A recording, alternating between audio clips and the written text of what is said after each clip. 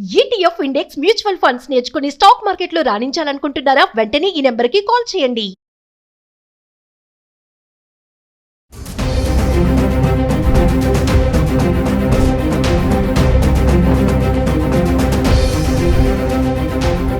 నమస్తే, welcome back to Suman TV. Present మనతో పాటు ఉన్నారు ఎనలిస్ట్ మందరి కృష్ణారెడ్డి గారు.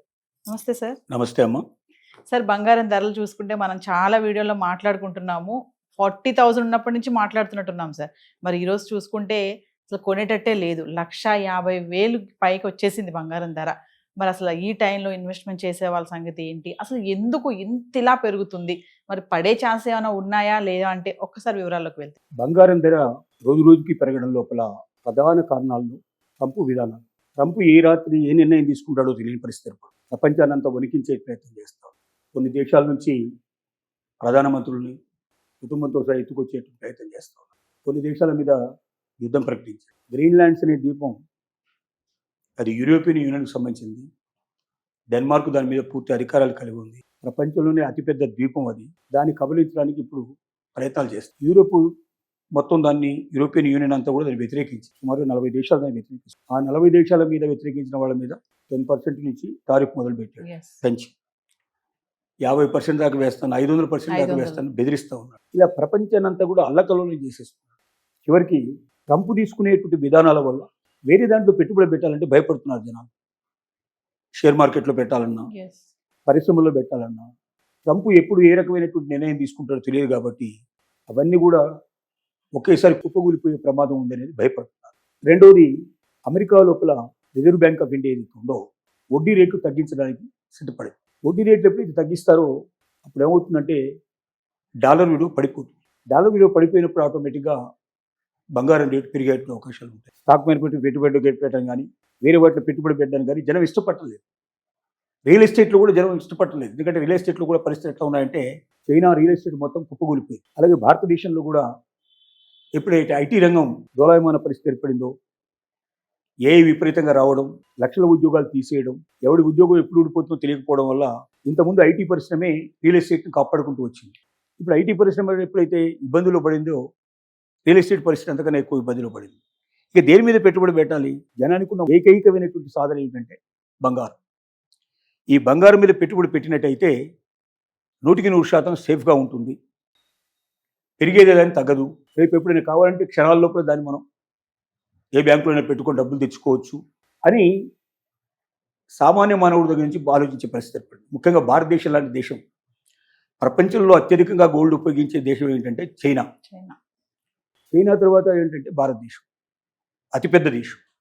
గత 1 సంవత్సరంలో భారతదేశంలో ఉండేటువంటి కుటుంబాలు టోటల్గా కొన్న బంగారం విలువ 100 లక్షల కోట్లని నిర్ధారణ చేశారు. 100 లక్షల కోట్లు 1 సంవత్సరం లోపల. మరి కాబట్టి ఎందుకు ఇంత బాగా కొంటున్నారు అంటే, ఒకటి మహిళలకు బంగారం మీద ఉండేటువంటి పిచ్చి కానీ లేకపోతే ఇష్టం కానీ, అది పెట్టుకోవడం వల్ల అందం పెరుగుతుందే కావచ్చు, లేదా డిగ్నిటీ పెరిగే అవకాశం ఉండొచ్చు, పెద్దరికం వీళ్ళు చాలా గొప్పవాళ్ళని చెప్పి ప్రపంచం గుర్తిస్తున్నట్లు భావన కావచ్చు, రకరకాల ఆలోచనతో ఉన్నవాడు. రెండోది, ఈటీఎఫ్ఐ చూసుకున్నట్టయితే ఈటీఎఫ్లో కూడా పెట్టుబడులు విపరీతంగా బంగారానికి పెరుగుతున్నాయి. అంటే ఈటీఎఫ్ లోపల బంగారం తీసుకెళ్ళి ఇక్కడ కుదురు పెట్టాల్సిన లేదు. డబ్బు కడితే ఈ రోజున ఏ రేటు ఉందో మళ్ళీ మీరు ఎప్పుడైతే మళ్ళీ ఈటీఎఫ్ వదులుకుంటామో అప్పుడు ఆ రేట్ ఏదైతే ఉందో ఆ రేటు ప్రకారం డబ్బులు పే చేస్తారు. అంటే ₹1,00,000 ఉన్నప్పుడు బంగారం పెడితే 1,50,000 చొప్పున మనం పే చేస్తాం. ఒకవేళ తగ్గితే ఆటోమేటిక్గా తగ్గిస్తారు. ఈటీఎఫ్లలో పెట్టుబడులు కూడా దాదాపు 30 to 40% పెరిగాయి బంగారం మీద. ఈ రకంగా చెప్పుకుంటూ పోతే టోటల్గా బంగారం యొక్క విలువ పెరిగేదే కానీ తగ్గదు.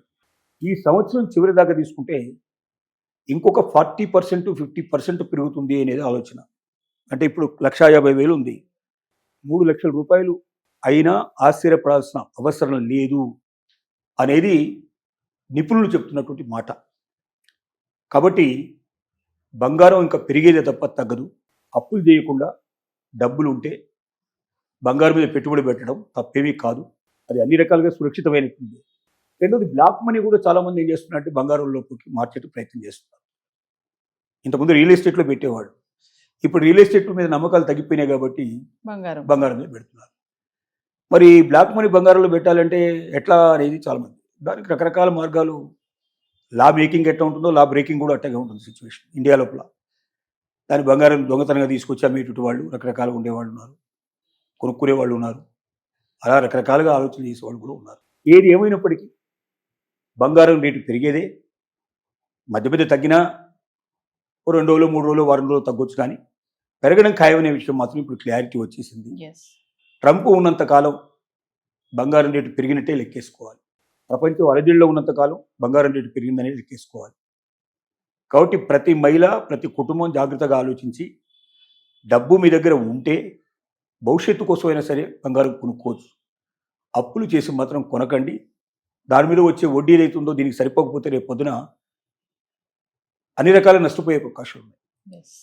పులిని చూసి నక్కవాత పెట్టుకున్నట్టుగా ఎవరో కొన్నారని చూసి మనం కొనడానికి ప్రయత్నం చేయొద్దు. జాగ్రత్తగా ఆలోచించి పొదుపు చేసుకొని దాన్ని బంగారం పెట్టి కొనుక్కుంటే డెఫినెట్గా బంగారం పెరుగుతుంది, భవిష్యత్తులో తగ్గేది కాదు. గోల్డ్ లోన్స్ కూడా ఇప్పుడు పెరుగుతాయంటారా సార్? బాగా ఇంత ధర ఉంది కాబట్టి. గోల్డ్ లోను కామనే, అయితే ఇప్పుడు ఏంటంటే ధర ఎక్కువ ఉంది కాబట్టి అదే దాంట్లో మీరు 2 lakhs లోపల తీసుకున్నట్టయితే మీకు Yes. 75% వరకు ఇస్తారు, 85% వరకు.